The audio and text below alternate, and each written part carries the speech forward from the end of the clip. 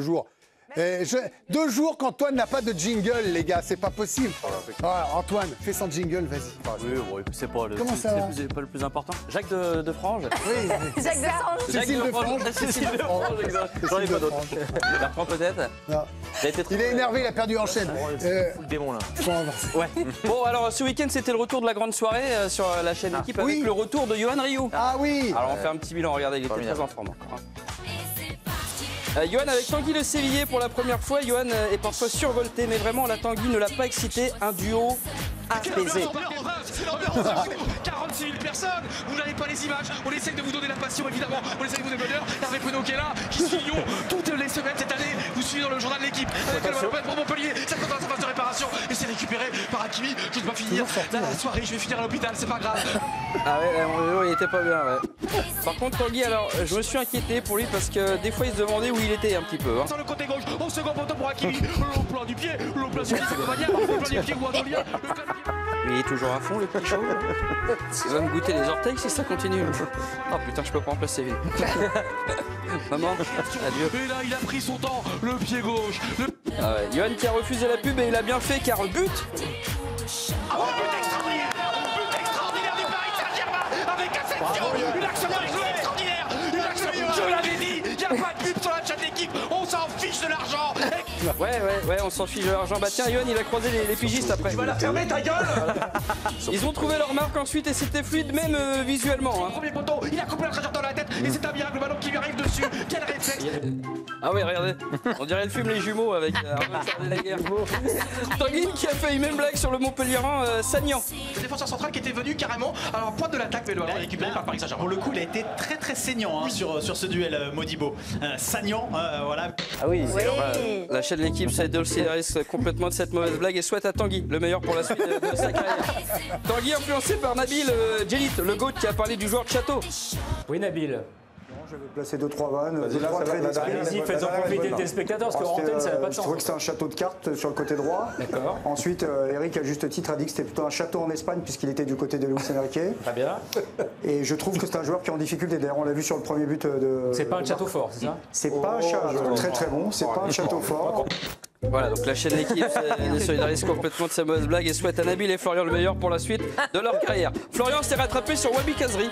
Ça s'attaque là. Quand vous alignez Kazri, que j'adore, comme titulaire, qui n'est pas toujours très prêt en début de saison, c'est qu'on fait comme on peut. Si, il est près des grillades. Je n'irai pas jusqu'à là, c'est un ami. Mais ouais, c'est un ami, ouais, t'inquiète pas. En tout cas, 6-0, on a pu voir que Yohan était calé sur les chiffres. Hein. Ça va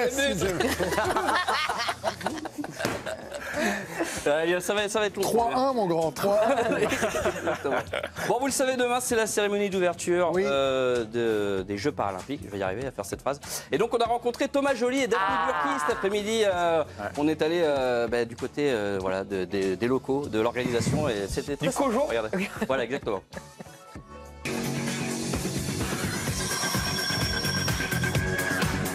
C'est en plein Paris à 10h du matin que nous retrouvons Thomas Joly avec une Daphné Burki un petit peu en retard. Attends, Tom Nice. My Daphne. T'es boring pressing là. Thomas Joly, Daphné Burki, bonjour. Ça va Daphné? Non, parce qu'en fait, vous avez dit bonsoir et c'est hyper chargé en émotions quoi. Bonsoir. Ça va Daphné? Je remonte la pente. Thomas, est-ce qu'on peut en savoir plus sur la cérémonie d'ouverture? Le maître mot, c'est simplicité. Simplicity en anglais. En fait, la cérémonie, ce sera un mélange d'onirisme, pré-renaissance, street life, avec du new wave gréco-romain teinté d'univers médiéval, en fait. Et des dragues. On aura un petit peu tous les disques de jockey du moment. Martin Solveig, Kunz, Zievner, Offenbach, Polo Pan. Et des dragues. Et David Guetta? Il y aura Pedro Winter également, Breakboat, Irfan, Agoria, DJ Falcon Greg. Et des dragues. Tu l'avais déjà dit, ouais. Et l'affiche? L'affiche exprimera la souffrance de l'être humain dans le sport, le handicap, mais aussi la douleur dans la défaite post-punk machiavélique. Et c'est mon ami très proche, Pierluigi Berico. C'est Pierlou. Mais Pierre-Loup, mais oui. Voilà, Pierluigi Berico, donc, qui a imaginé cette affiche qui respire la joie de vivre. Bon, on peut la voir. T'es sûr, nice. Allez, vas-y. Allez, vas-y. Le sunshine mindset, là. On s'en prend plein la gueule. Là. Enfin, il y a eu des polémiques avec Léa Salamé et ses questions un petit peu jugées inappropriées. Oui, le fléau. C'est une incompréhension. Complètement. On a peur de recevoir des questions malaisantes. Du coup, c'est vrai qu'on les a demandées en amont, je les ai reçues. Ah, super. On va les découvrir ensemble. Alors. Donc, vous avez 2 jambes en moins, vous n'avez pas honte. On va encore bosser, on va le bosser. Voilà. Allez. Bravo, Antoine. Voilà. Maintenant, tu te démerdes. Hein. Je démerde. La saison va être très longue pour moi. On y était, alors on va se déplacer de temps en temps dans des événements un petit peu originaux, comme le lancer de fût. Oui, c'était à Château-Gontier en Mayenne cette semaine, regardez. Pour de vrai? Eh oui, c'est affirmatif. Non mais pour de vrai? Ouais. Château-Gontier, ce week-end au festival Vienne Bifest, 30 000 festivaliers, son concours de lancer de fût depuis 2019. Alors le principe, lancer un fût de 10 kg, vide, le plus loin possible. Et contrairement à ce qu'on peut penser, l'ambiance était très studieuse. C'est Giovanni.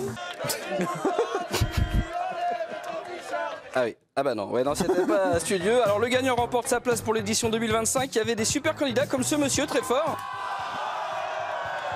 Voilà, ouais. Et d'autres un petit peu moins forts, mais le public est toujours très tolérant.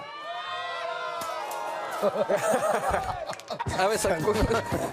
Pourtant, il pouvait compter sur sa copine, ce candidat, regardez. Ah ouais, l'amour incroyable, la fusion en amour entre les deux, une douceur que le public a bien compris. Ils ont réagi de façon très romantique. Oula, j'ai peur. Lance là, ah bah oui, d'accord. Bah du coup, il s'est exécuté, alors c'est plutôt correct, hein, bien sûr. Et le plus impressionnant était Aka, Martial. Chuck Norris. Martial qui restait humble avant de lancer le fût. Hein. On n'est pas aux Jeux Olympiques non plus. Hein. Toi, t'adores. Toujours plus. Il a lancé très loin. Bravo à lui. Il avait son fan club.